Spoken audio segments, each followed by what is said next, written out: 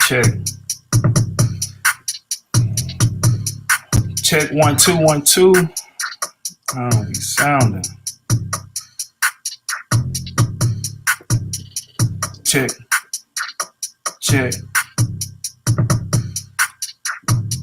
1 2 1 2. What's that? What you found? Brother Lawrence 228. Back in this thing, man. Man, it's been a minute. It's been a few months. Seems like I should come over here, come back with everything to say. And indeed, that may be true, man, but yeah, in real time, it's a lot going on, man. Trying to balance business as an entrepreneur with family, with, try to get this thing right here off the ground, man. So, with this journey, right? This journey, see if I can turn this down just a little bit. I don't even know if y'all can hear me or not, but yeah, man, it's just been a minute, so much stuff just going on, man. But we gotta always find that way, If you don't find that way, you're just gonna be chewed up, spit out, And what the ancestors have said to me by blood, we know how to adapt. We can get caught up 10 years from now, still be in the same position, right? So, man, it's glad to be back, man. If you tuned in, I appreciate your ears. Hopefully, see some of this stuff. But if not, that's fine, because I'm gonna try to read through some of the information I got. Okay, dealing with these McKennon roads. And gee, why is this important? Right, we're I would assume that everybody's is in the process of trying to figure out who they are and why things are the way they are, and understanding the relation of their relation of the two.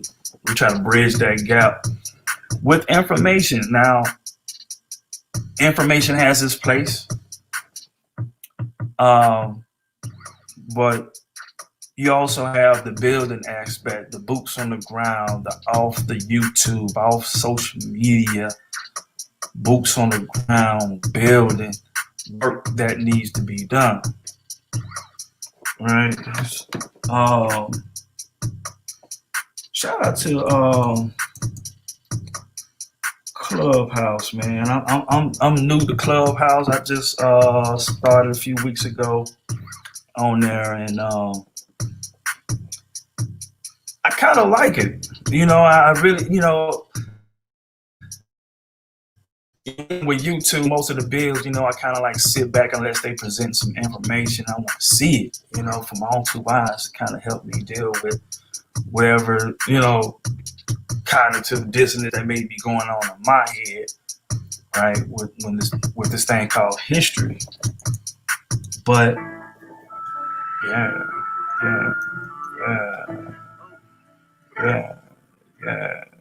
So let's go come like that. I'm not even really supposed to be playing that song, but the Gucci Gang, we're gonna probably turn it down a little low, let it go through whatever we want to go through. But yeah, man, we trying to bridge that gap, man. I think, part of my journey of finding out who my people are, using genealogy and comparing it to history, comparing it to what learned at school, right? So, I think this is my place, my avenue, and this whole YouTube thing. Go check out some of the information or bills I done did. on my YouTube page, like, subscribe. Um, yeah, man, we gonna get into it, man. But before we do, I most definitely want to give a big shout out to the big homie, Rick Bang, as he goes. Out in Hattiesburg. Well, he's from Natchez, but I met him in Hattiesburg at USM. And been a great friend, partner. And he's on that rap tip. So, even though he got his stuff together, you know what I'm saying? I want to, got that. We most definitely got it to give. So without further ado, this is Rick Bang, Mississippi Flow. We'll be back in a few minutes to get into that presentation. Enjoy it.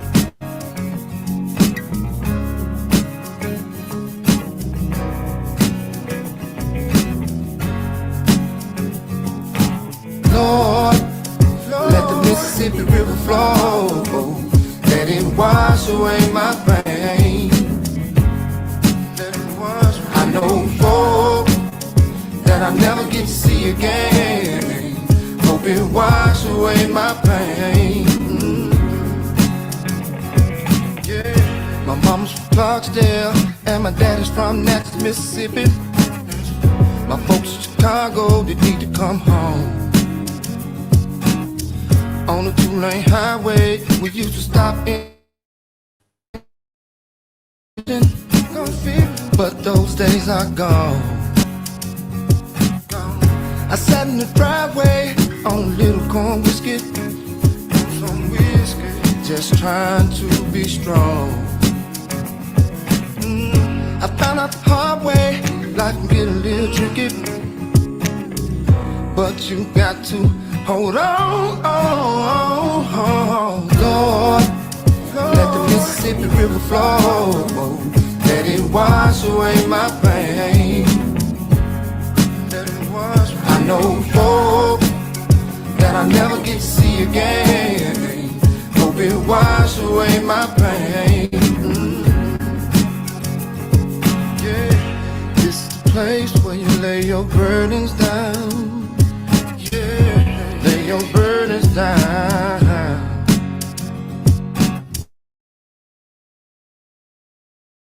It never heard a sound. Thursdays and Fridays I'm gonna do a little bullshitting, but if you knew what's on my mind, give your people some flowers while they're here and still living, cause we're running out of time. Lord, let the Mississippi River flow. Let it wash away my pain. I know hope that I'll never get to see again. Hope it wash away my pain. Lord, let the Mississippi River flow. Let it wash away my pain.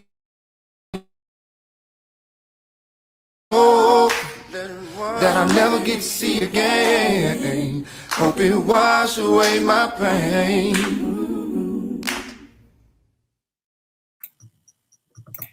Yo, man, shout out Rick Todd, man. That's how we bringing in the vibes, man, at Mississippi River Flow.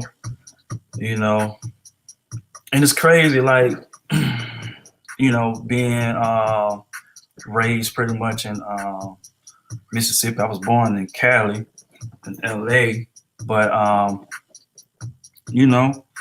Mississippi is totally different. It's just something about the South, man. When I tell people about I was born in LA, they be like, well, why you moving to Mississippi? It's like, man, why not? It's cheap. You got land here, you got family here, you got, what I'm saying, like food, like the food, yo, and culture. We got heritage, you know what I'm saying? And some of y'all grandma, some of y'all great grandma from here too. So don't You know, but you know, hey, wherever your lineage may lead you, you know what I'm saying? That's where we want to be.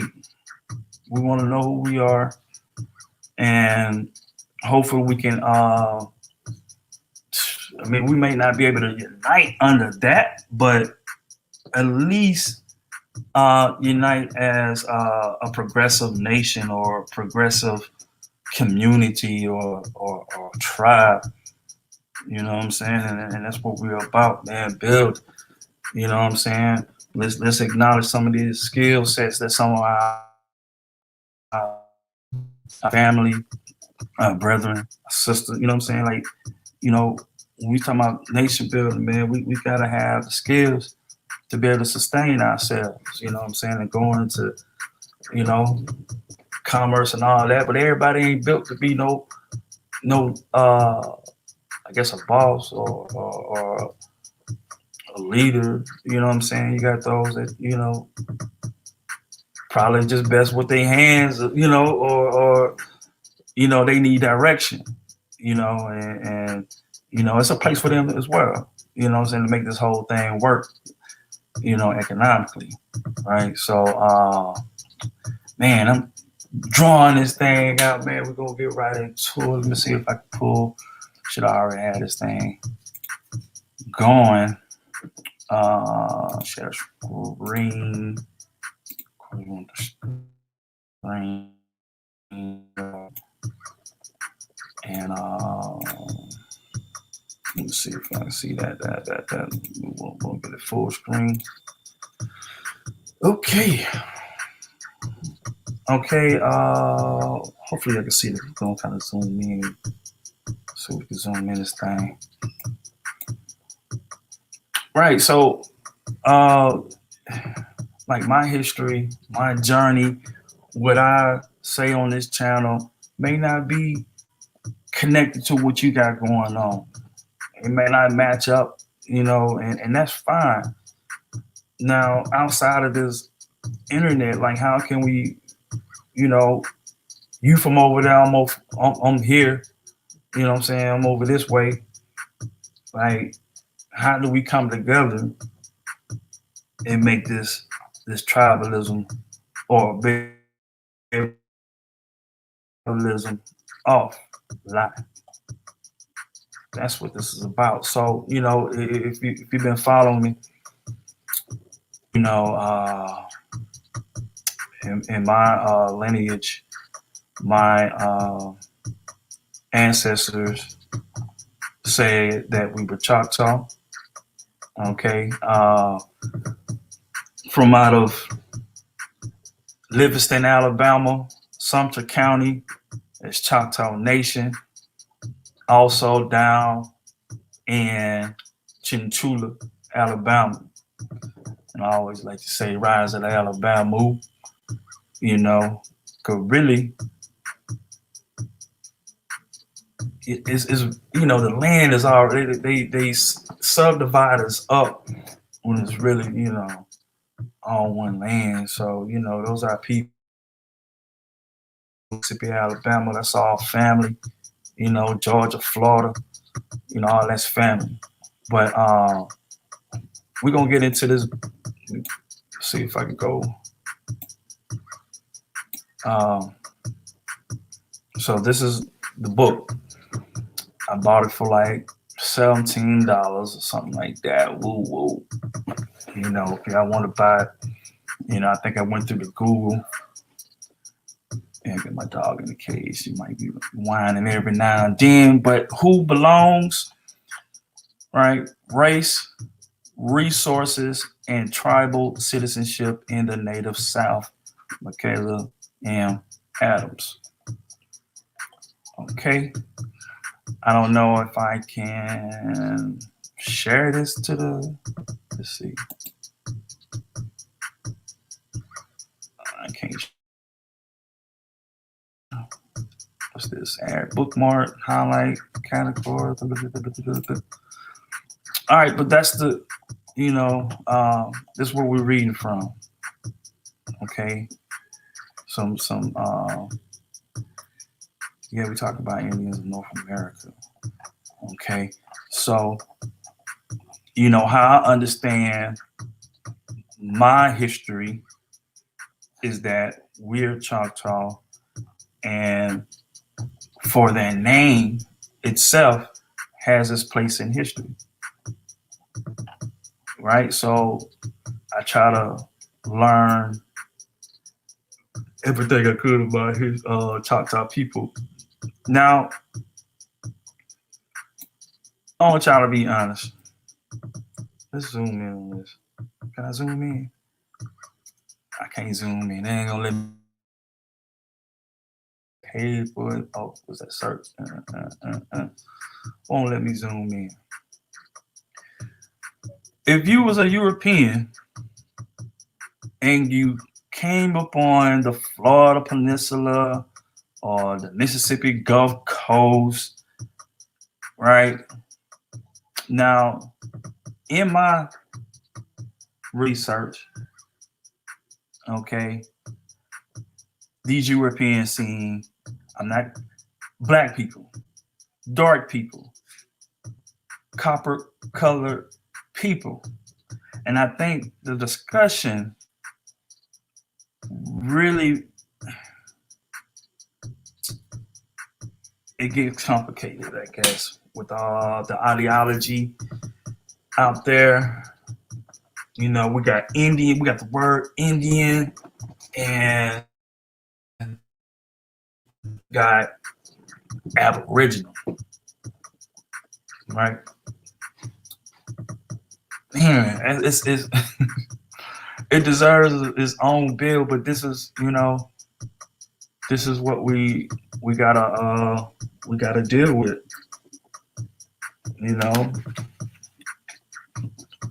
The question is, were the copper colored people looking like this right here?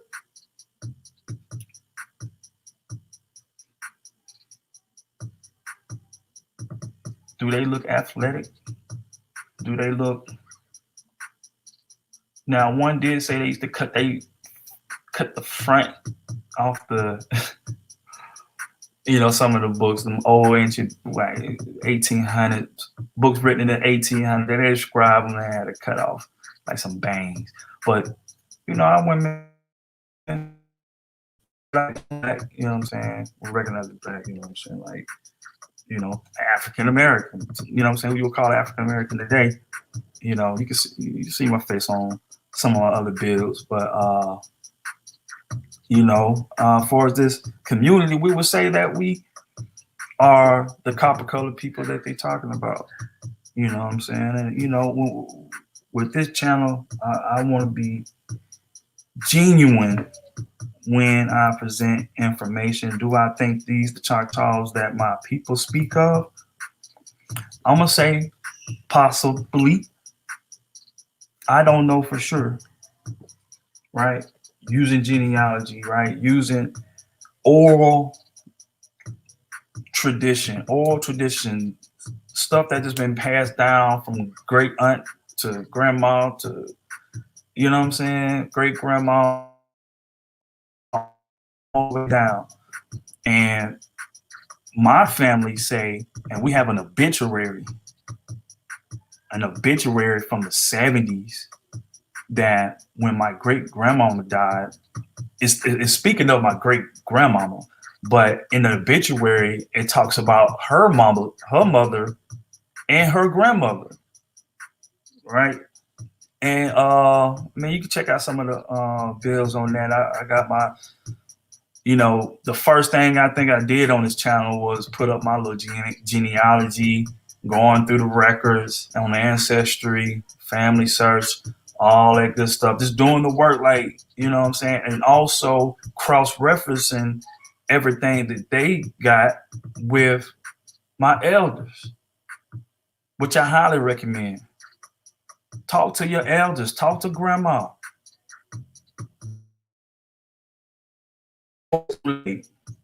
I must get that out there. Talk to grandma before it's too late. Unfortunately for my grandma, who is no longer here, I have so many questions for her, but luckily enough, you know, I have great aunts that are still living as well, who I can talk to, has that same information. And they've been guiding me. The ancestors have been guiding me. All right. Are these copper colored races? Is this the copper colored Chief David Edmond?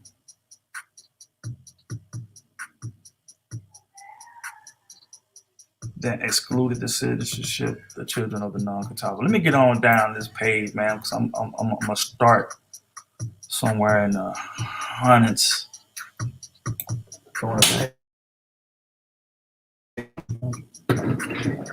The damn dog ended up in here. Hold on 1 second. I don't know who you think you is. You better move out. You gotta be watched. Anyway, pooping all over the place, man. Oh, where'd I go? Cannon Rose. Okay. All right, so I wanted to get into the McKennon Rose, right? Like, gee, what are the McKennon Rose? We're gonna get into it, and it's gonna help. I hope it helped clarify for some, you know, who may have some kind of connection with the Choctaw, because I hear a lot of bills and I hear a lot of people, you know, scream that name, as well as Cherokee and all the other tribes that's, you know, that's out there. Everybody got their place, you know, and yeah, so we're gonna see what's up with the Choctaws, Mississippi, right? And trying to figure out where should I have it? Okay, we can start here where it says occasionally. Okay, and let's see. Yeah, we go. Occasionally, Mississippi Choctaws form unions with African Americans. Okay, that's very powerful. Just starting it off, right? Sooner or later, man, we're gonna have to goddamn, you know, it's people on the land, right? If those not our people, then it's people on the land. We got to get off the land so we can. Or is there enough land for everybody? Which I think so too.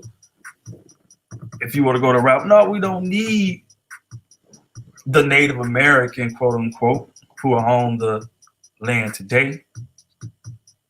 You know what I'm saying? We, as Black people, can create our own, you know.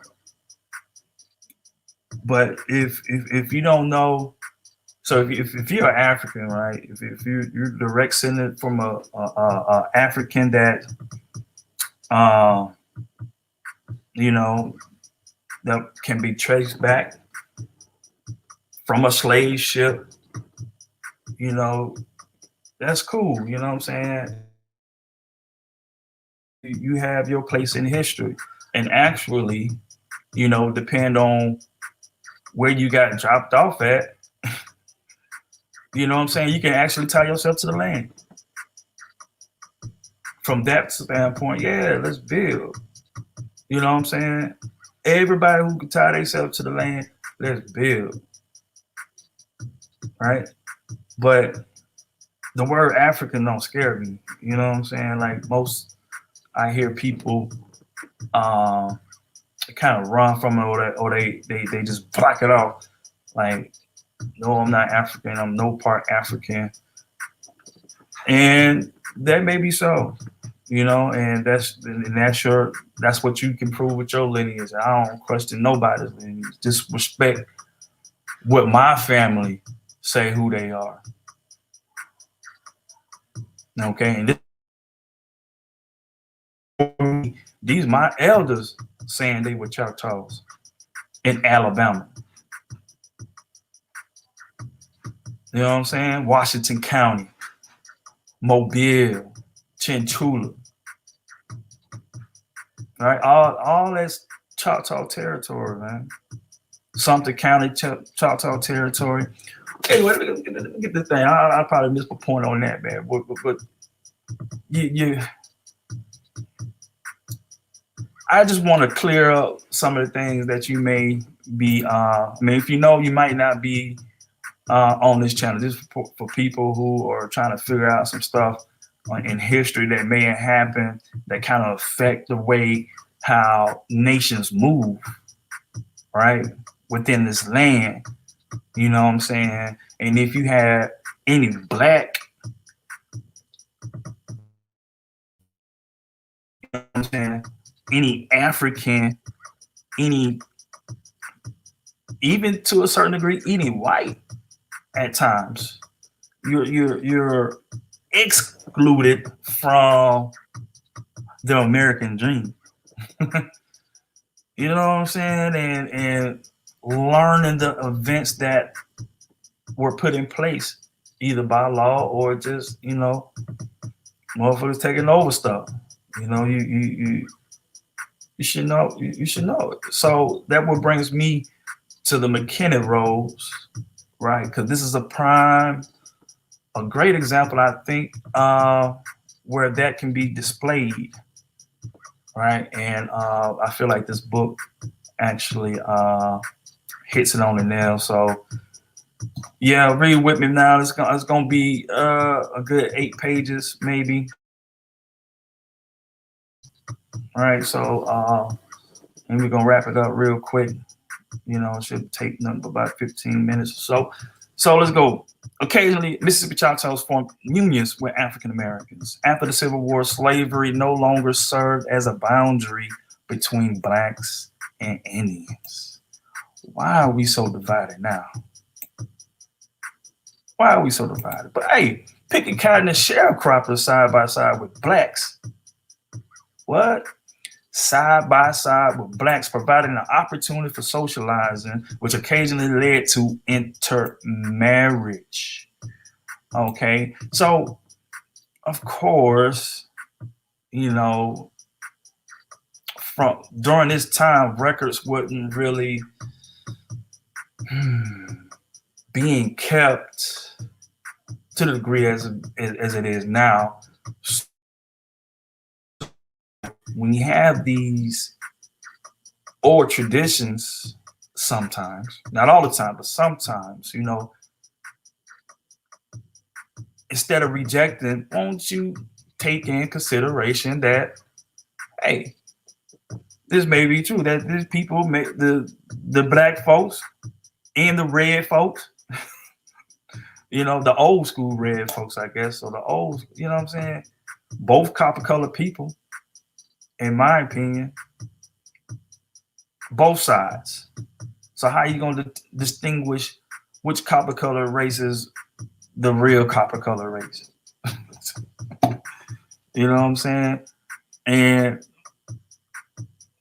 for example, Bill Martin, a full-blooded Choctaw, married Rhodey, who was part Choctaw and part Negro. Sometime in the late 19th century, the couple had 8 children, at least one of whom also married a black spouse, Jim Jack Johnson. Jim Jack, let me make sure I'm straight. Yeah. Stream. All right. Jim Jack Johnson, also a full-blood Choctaw, married a black woman named Delia. The couple had 7 children. 3 of the children of Billy Willis, another full-blood Choctaw, and his wife, Lou, who was half white and half Choctaw, also married black people. Okay? Clear cut, you know, it was going on like that. Now, the couple fully acknowledged their African American in-laws as well as their black Choctaw children. Now, I think it's a possibility. If I did accept the African paradigm of coming here on slave ships, I think for my lineage, this would make sense. Where an oral tradition is in the air, even though they said that first they call them Indians, right? We descend from Indians, okay? And they specifically said Choctaw, okay? And could be or came off a reservation. Why? How is I'm just speaking from my lineage. How am I classified when I descend directly, maternally, from an ancestor who was on a reservation? Okay. Now, that opened up a lot more questions. Is where is that reservation, and who are the people on the reservations? Did they have slaves? Did they practice slavery? Which we know Choctaws did, right? They practiced it, and they had slaves. There were Indians who were slaves that we just said picking cotton and sharecroppers side by side with blacks. Didn't we just say that? So yeah, some mingling, you know what I'm saying, and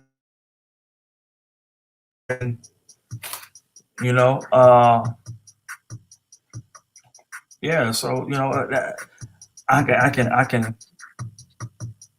see a tie there. You know what I'm saying? The way it makes sense, so I can rationalize it. Okay. Now, I don't think I hear from the Aboriginal community their stance on who the black people they talk about are. Are those the Aboriginals? I would like to know, because I'm trying to wrap it real firm, you know what I'm saying, on what I'm talking about. So I'm no teacher, right? I'm just showing you the information I come across to, my understanding of Choctaw people, because that's who my people said, and, Chinchu, shout out Chinchu. All right. Although close relatives, Choctaw residents recognize them as kin. The children of the Choctaws, or black people, tended to marry African Americans rather than Choctaws. That further kind of help explain why I can come off a reservation.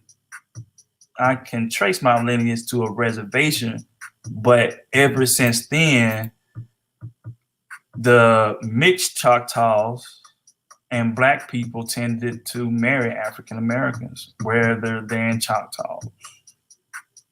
Okay, so they was breeding it out. It bred it like, the bloodline is thin now, you know what I'm saying? And they gradually form communities separate from those of full blood, quote unquote, Indians. Okay, racial prejudice on the part of the Choctaws, as well as the desire of interracial couples to send their children to English-speaking colored schools, encouraged this divide. In 1899, according to the Choctaw man named Willie Phillip, nearly every resident of the distinct community in Kemper County, Mississippi, was mixed with the colored people. We need to see, you know what I'm saying? Let's go check up on Willie Phillip in the Kemper County. I need to make a note of that. Kemper County, Mississippi, with the mixed colored people, have been intermarried with them ever since the war. Although Choctaws recognize their shared heritage with the Sukan, all these people. So the mixed people were called Sukanachis. So there go I would say Aboriginal name, but they're saying they mix. So What you do with that? As they call these people, they question their Choctaw identity.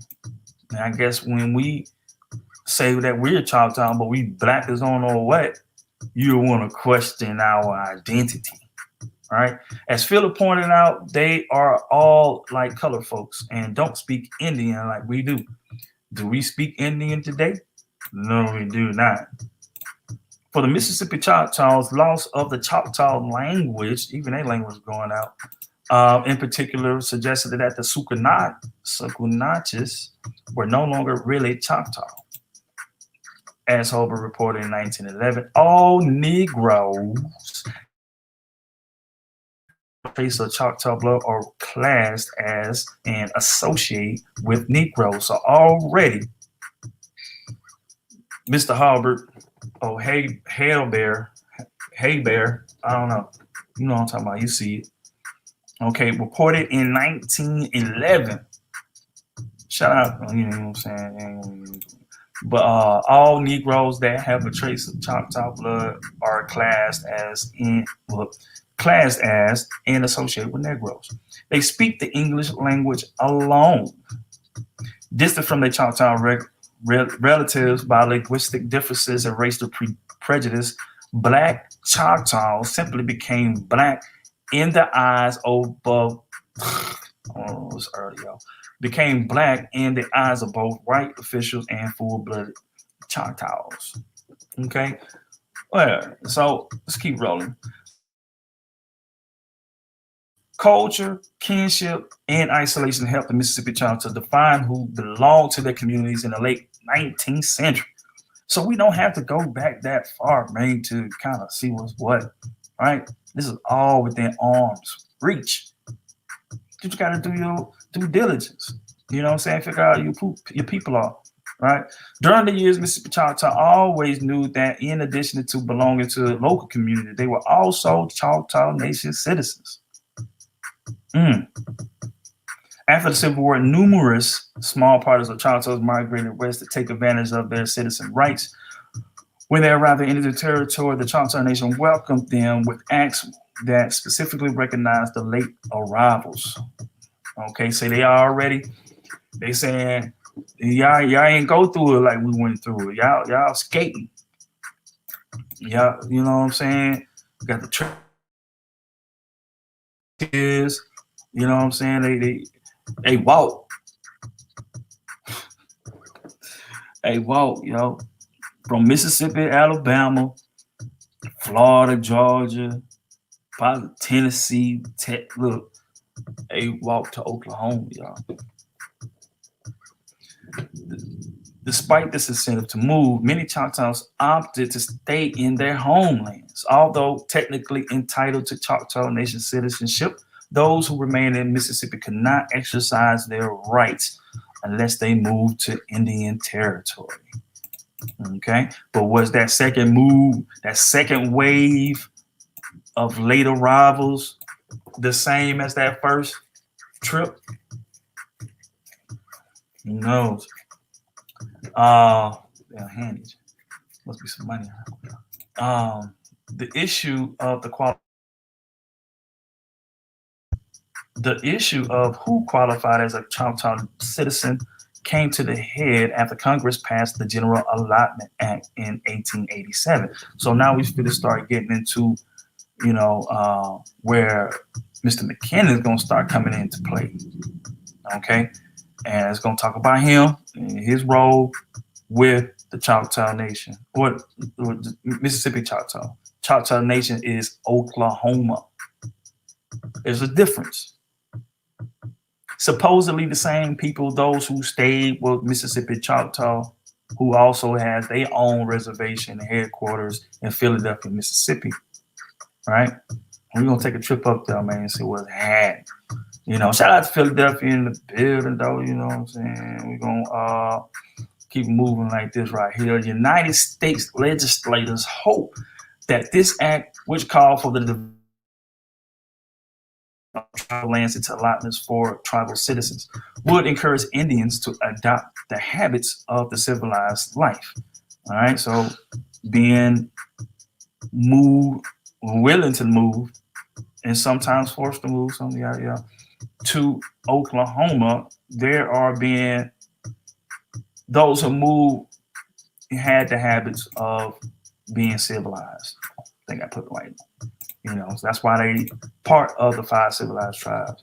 All right, as they moved everybody over there, and eventually exchanged their tribal identity for the United States citizenship. Ironically, to begin the process of assimilation.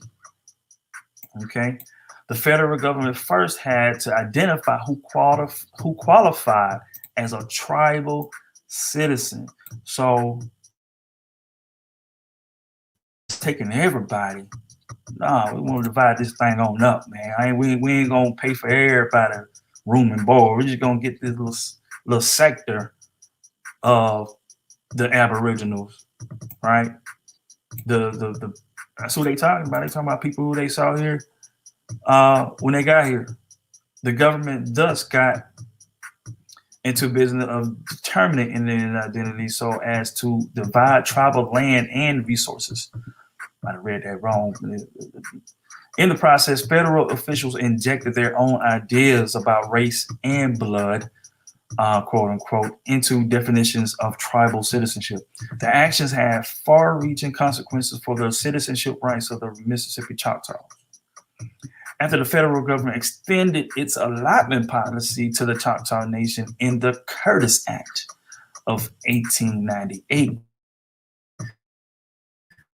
that too, Curtis Act, it pretty much amended the allotment act. Actually, let's see if y'all come up. All right. During the 1890s, as white settlers flooded into Oklahoma territory. During the 1890s, as white settlers flooded into Oklahoma territory, demands increased to join the lands of the 5 tribes Indian Territory with Oklahoma Territory, and thus form a new state. In 1887, the Dawes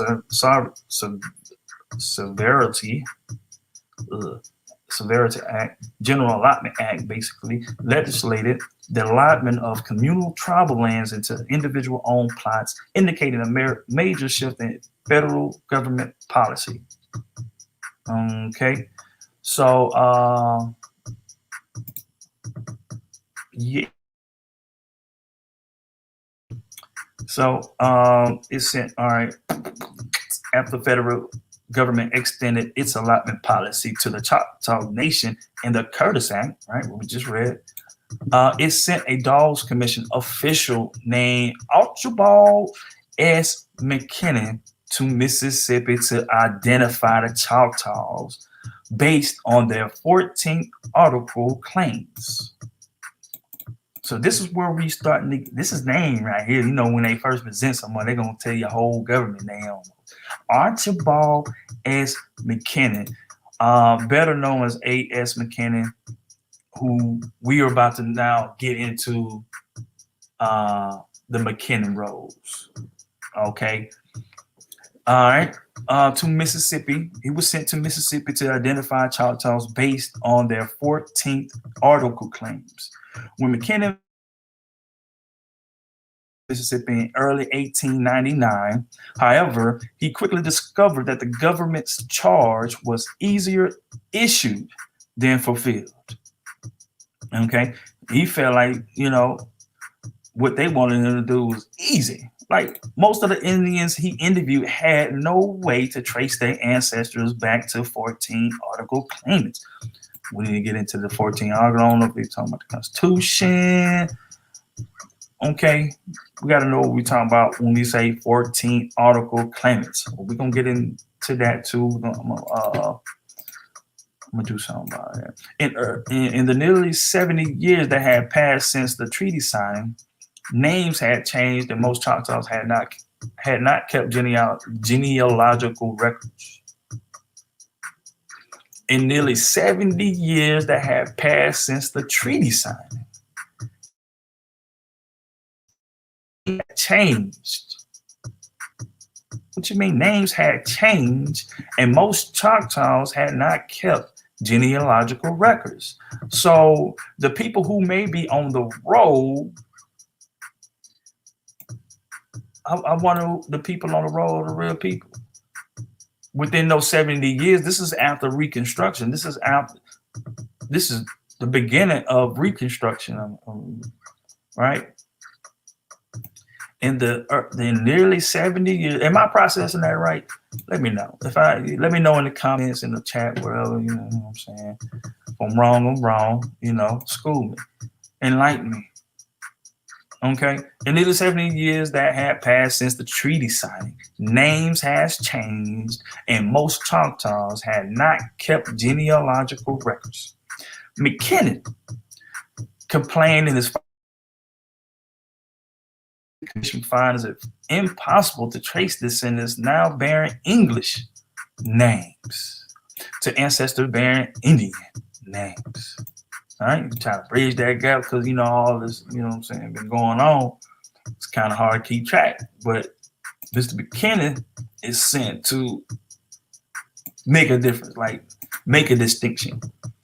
Okay, despite his failure to collect genealogical proof that Choctaws in Mississippi were the heirs of 14th article claimants, McKennon was convinced that the Indians he met ought to be recognized as Choctaw. Okay, for McKennon, their phenotype alone presented clear evidence that they were entitled to recognition. So no genealogy, but all of a sudden the phenotype plays an important role. Okay, y'all know what phenotype is. Phenotype alone presented clear evidence that they were entitled to, I'm reading my phone, recognition. Rather than abandon his task, McKennon decided that those who showed a predominance of Choctaw blood, what is Choctaw blood? What does that look like? I want to. Don't nobody ever go into those characteristics. Some people do. We can definitely go into who they describe the people of Choctaw, but I'm talking about these agents. You know what I'm saying? Who, like McKennon. McKennon's an agent that came into the tribe to kind of, you know what I'm saying, see who's who wanted, you know what I'm saying, of these roles. Got to be documented, got to be not enumerated, I guess, at this time, because Indians wasn't non-tax Indians was not enumerated. So this role is going to get into how it distinguishes from the other role. It's going to actually update. All right. The predominance of Choctaw blood and characteristics should be identified without proof. Okay. So they can get into that without the genealogy. But the people who got the genealogy, guess what? We can't get on the motherfucking land. We got the genealogy and we can't get on the land. Ooh, I might bring them.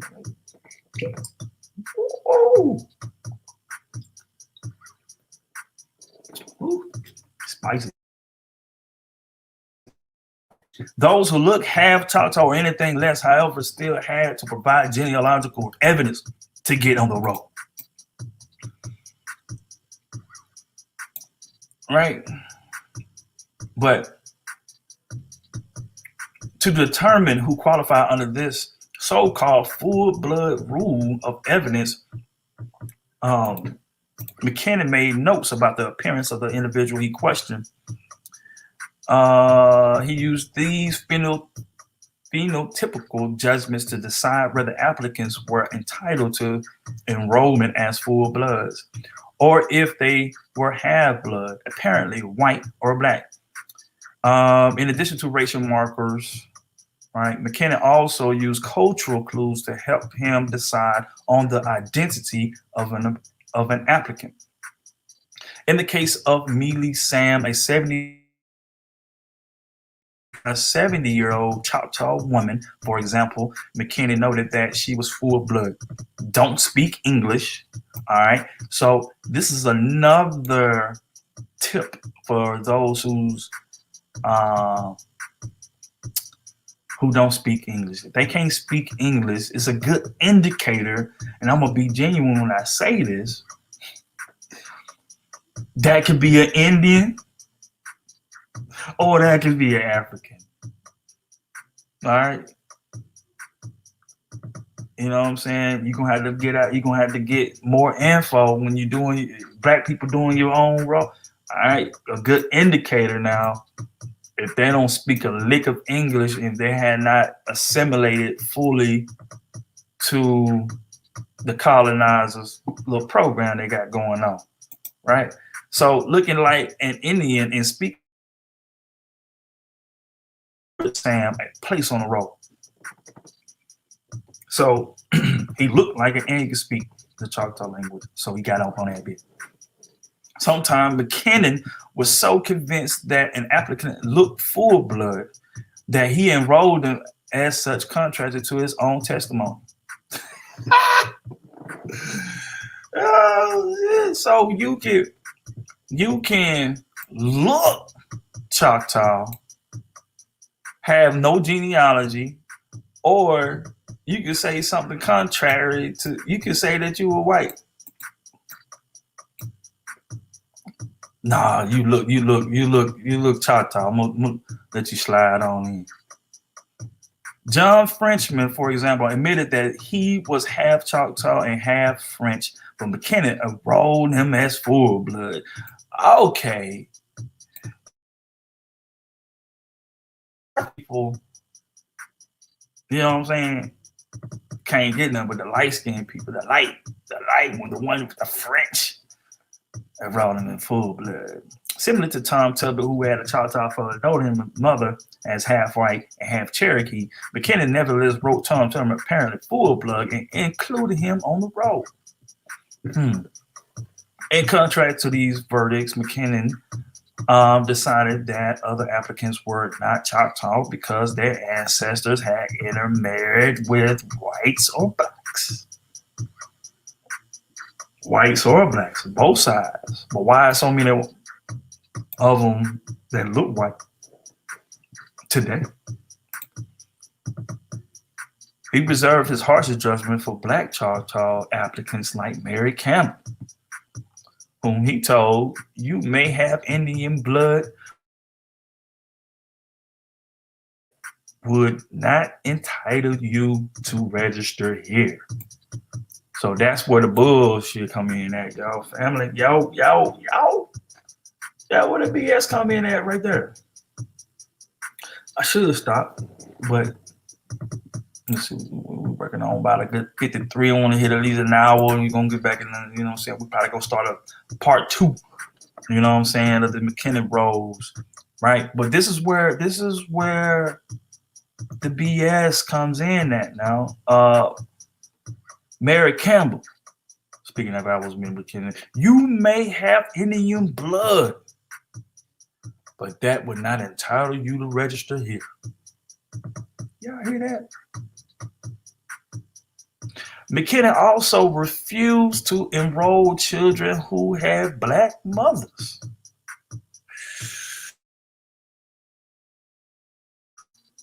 So your daddy could be full-blooded Choctaw, but if your mama was black, you refused, even though you got the blood. Don't y'all think that's pretty strange? Even if he recognized their fathers as full blood. Although these children had just as much Choctaw ancestry as white Choctaws who McKennon did enroll. The white Choctaws, they got up on that thing. The commissioner concluded that their black parentage negated their Choctaw identity. But you can hear all the Native Americans say, "I'm African. I'm just I just adapted to the." That's neither here nor there. But McKennon privileged his own racial judgments over the self-identification of the applicants he interviewed. That's a problem. McKennon privileged his own racial judgments over the self-identification of the applicants he interviewed. I can't. It won't let me zoom in. To complicate matters further, attorneys and speculators interfered with McKennon's work, a theme that continued throughout the Choctaw enrollment process, as well as that of many of the tribes. Hoping to make easy money. What? Hoping to make easy money.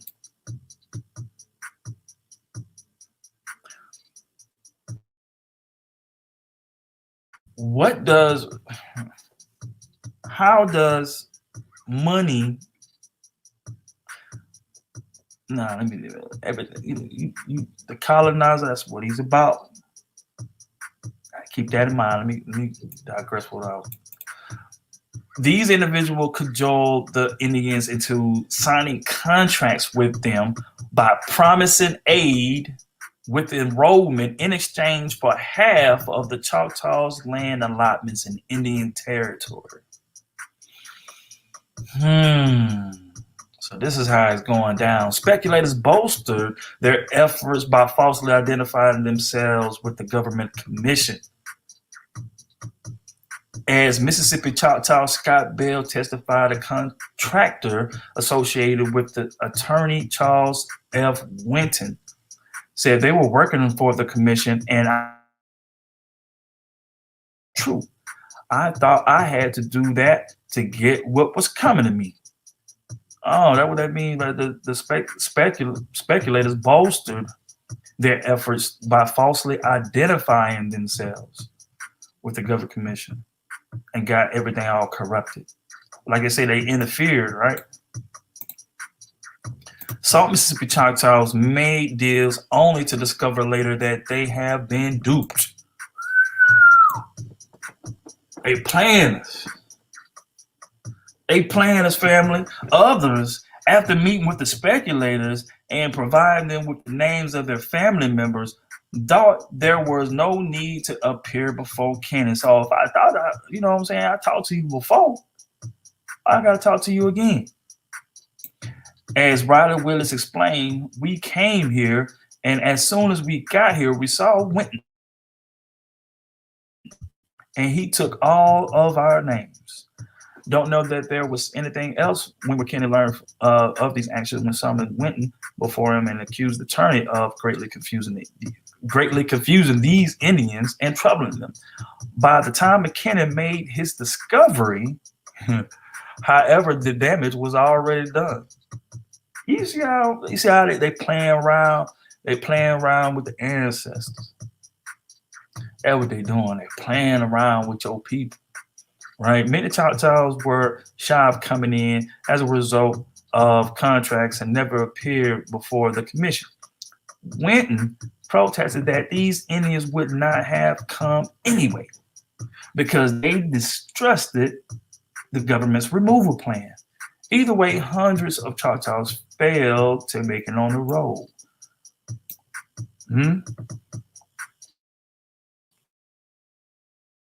McKennon's role was far from complete. Oh, there's more? Okay. Around 150 Choctaws from the culturally conservative Bogachito community in Neshoba County, for example, refused to appear before the commission. Other Indians from Jones and Smith counties also failed to meet the commission, some because of distance, others due to mistrust of federal intentions. The Black Choctaw the Sukanatches in Kemper County similarly never appeared before McKennon. I wonder why. Although their racial phenotype makes it doubtful that the commissioner would have registered them even if they had come. I said that like I was slow. Commissioner wouldn't. It's doubtful that the commissioner would have registered them even if they had come. Despite these omissions, McKennon sent his roll to Congress for approval on March 10, 1899. So you got some motherfuckers left off that thing. You know, they sent it in. The list includes 1,923 names. Of this number, McKennon reported there are two families and probably a few other persons who are mixed bloods, while all other are full-blood Choctaw Indians. They should add that in quotation. Not long after McKennon submitted this role, Congress passed an act on May 31st, 1900 that promised Mississippi Choctaws' rights in Indian territory if they removed. A major purpose of this act was to repair some of the damage done by attorneys and speculators.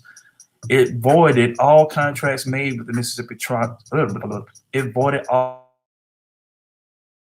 contracts made with the Mississippi Choctaw and created a lien on their lands. Now, I think this is important. When they created a lien on the land, it's like, gee, what does that mean? I can't tell you what it means right now, but I know that's important. We're going to get into that. Mrs. Choctaw lien on their land. The act also specified that if any Mississippi Choctaw identified by the Dawes Commission went to Indian territory after to the approval of the final citizenship rolls, he or she could enroll and receive an allotment. In the months that followed, thousands of claimants, whether identified by McKennon or not, poured into Indian territory, set up residence, and claimed Choctaw identity. And the ironic twist, however, the full-blood Choctaw identified by McKennon were among those least likely to move because they were too poor. Voiding their contracts, their speculators, while requiring them to settle in Indian territory to gain citizenship rights, put Mississippi Choctaws in a bind. As lawyers for the full-bloods pointed out, the result was that the only chance that the Indians had for removal by private means was taken away. Full-blood Choctaws may have found it difficult to remove, but other claimants did not. As the Mississippi Choctaws complained to the U.S. Senate in 1902, many thousand persons have set up claims pretending they were Mississippi Choctaws. Most of these people had no Choctaw ancestry at all. These simply hoped to gain a share of Choctaw Nation's resources. Yeah, they coming up in that thing trying to, you know what I'm saying, like, slide up here. These false claimants brought with them fraudulent testimony and forged documents to prove their right to Choctaw Nation citizenship. By the end of the enrollment process in 1907, at least 25,000 individuals had made official applicants for citizenship before the Dawes Commission. The unscrupulous claims of the herd adventurers, the Mississippi Choctaws complained, but in jeopardy the rights of the Mississippi Choctaws by virtue of manifest frauds perpetrated in the same of the Mississippi Choctaws by said pretenders. Inundated by the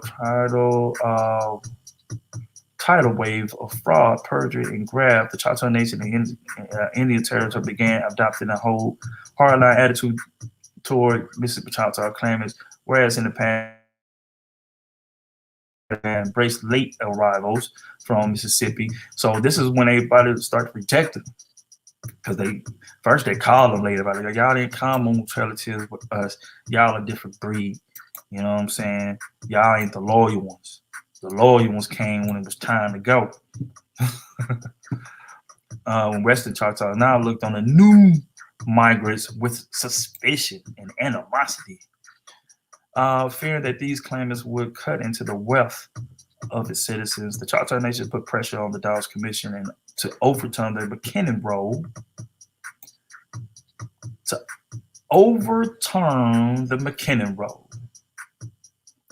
The Choctaw Nation put pressure on the Dawes Commission to overturn the McKennon role. They think it's fraudulent. And to start new enrollment hearings. Ultimately, the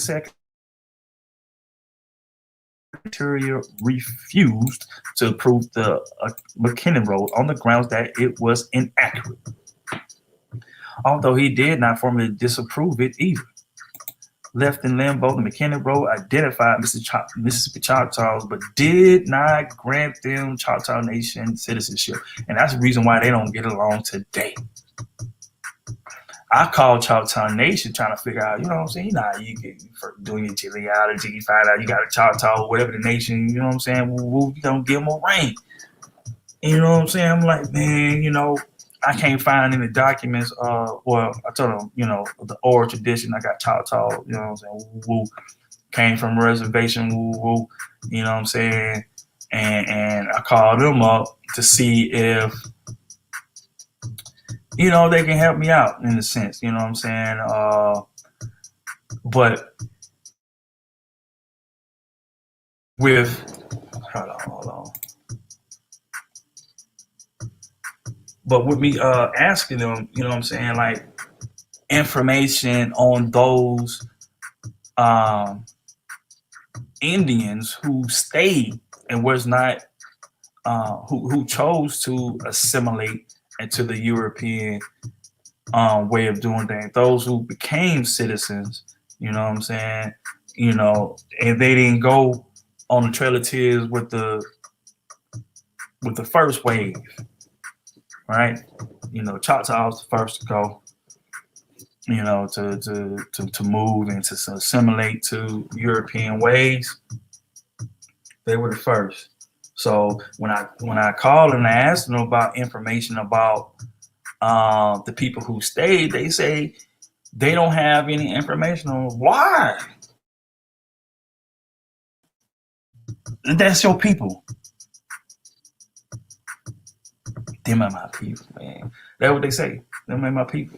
You know, so they may recognize they're their people, but they don't fuck with them. You know what I'm saying? Because they chose to stay. Right? The Choctaw Nation also questioned the full-blood rule of evidence from this perspective. The rule violates Choctaw Nation sovereignty because it granted rights to people who had not legally established their treaty claims. Following this claimants, the Dawes Commission reversed its stance on full-blood Mississippi Choctaws and insisted that they prove their descent from 14th Article claimants and not merely appear Indian. So that's what I'm talking about. You know what I'm saying? Long you can prove that, you know what I'm saying? And you ain't necessarily got to look like it because, you know, of colonization. Lawyers for the full the change, and in 1901, the U.S. Attorney General wrote an opinion that since the government had recognized full-blood rule, rights had been established under it. The Secretary of the Interior refused the act, however, and the issue remained unresolved. The question of who had rights as the Choctaw Nation system persisted. Although the federal government had no clear criteria to identify those of Mississippi Choctaws who were entitled to citizenship, the Dawes Commission continued to interview applicants for enrollment in the years of the 20th century. Like McKennon, the commissioners found this task troublesome. Although thousands of people clamored for the rights as Mississippi Choctaw, the Indians McKennon had identified as full-blood were among the hardest of the communities to locate. Living in isolated settlements, these Choctaws did not always see the advertisement posted. All right, so that's what they come out about the Dawes. They didn't get the word out to them about the Dawes Commission's work. Even when they heard about the commission, the Choctaws reasoned that since they had registered with McKennon, they had no need to enroll a second time. Sensitivity, for example, was fishing on the Pearl River. And Pearl River on the day that a representative of the commission came looking for them. So yeah, man, I'm gonna stop right there for a second, man. Give a shout out to the big homie, man. Damn, I forgot, bro. Oh man, I forgot my bro name, man. Slipped my mind. But you know, we're talking about Brother Eric. I'm sorry, Brother Eric Newsom, and I've been collaborating with him in this project called the Pearl River Project, right? And you know, we kind of you know what I'm saying, because it's been a while since I've been back from YouTube, but you know, we still gather information. We're still looking at different historic sites that we're going to be hitting up and, kind of, shedding a little light upon it that you may not hear about. But let's see. Let's go over here right quick. I'm going to share one of, let me share some video file. Let's see. I got, let's see, we're just gonna do the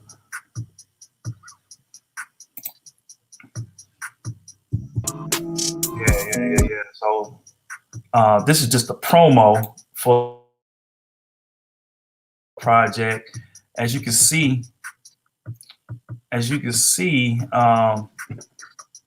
we out here at the Red Bluffs. It's kind of, it's noted as the Baby Grand Canyon, and a lot of the Aboriginal inhabitants, settle around in this area. So we wanted to bring some of that information out.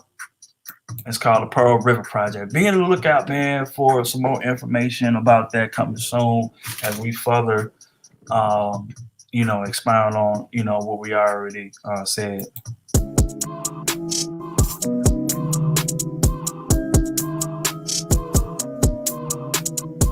Welcome to the Pearl River Project. This is Eric Newsom, along with Brother Lawrence. We are currently at Red Bluff. We are preparing more scenic, show you something new about a place that's right up under your nose that many of us overlook. Yeah, man, it was a little quick actually, let me I actually got a YouTube, let's see, we'll share another one video file. This was like episode 1. This is like episode 1. Oh, that's the same. Hold up. That's the same one. We'll pull it up.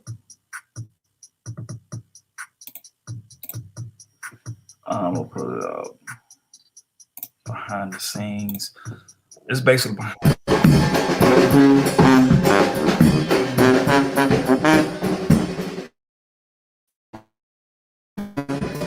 check 1 2 1 2. Yep. Yeah, yeah. 5 miles. Turn right on West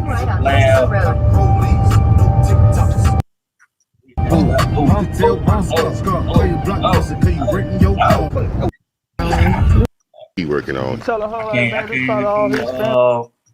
I came in to Columbia, Mississippi to come holler at my boy Eric Newsom, man. We went out, this particular structure or geology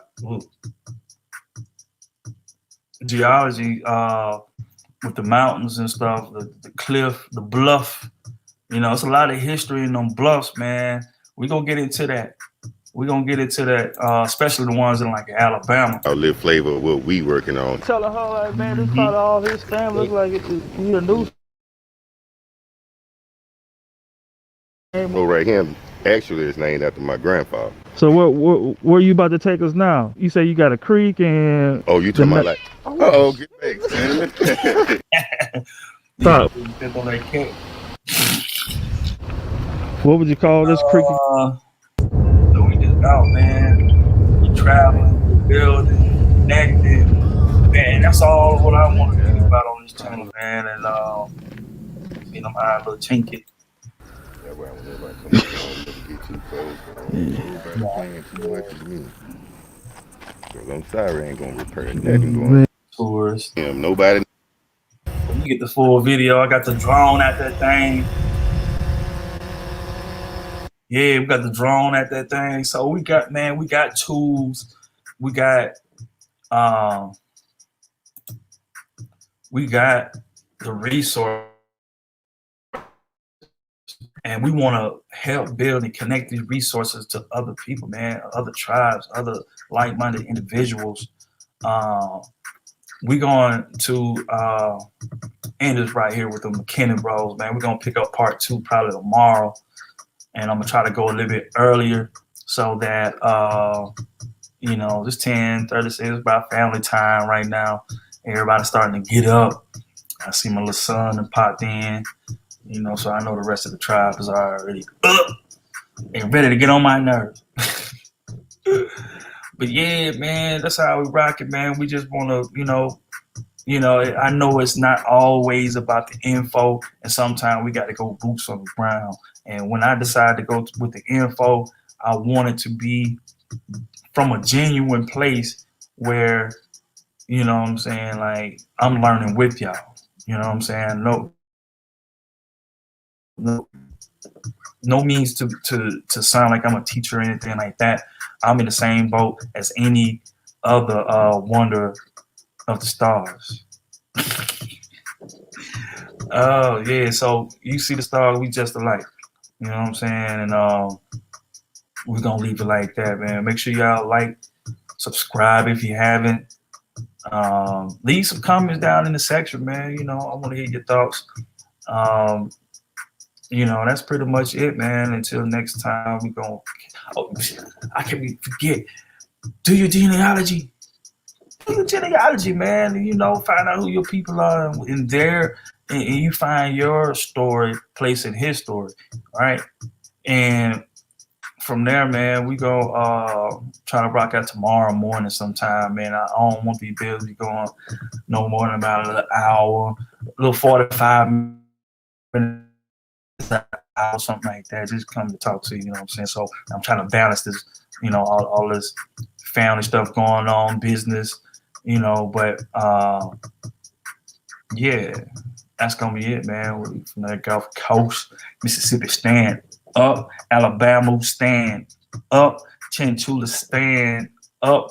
If you're in the South, your grandma, great-grandma, great-great-grandma got some tombstones and some shit down here in the South, man. Stand up, you know, and that's how we rocking, man. So, Brother Lawrence 228, we out this thing, man. Peace to y'all.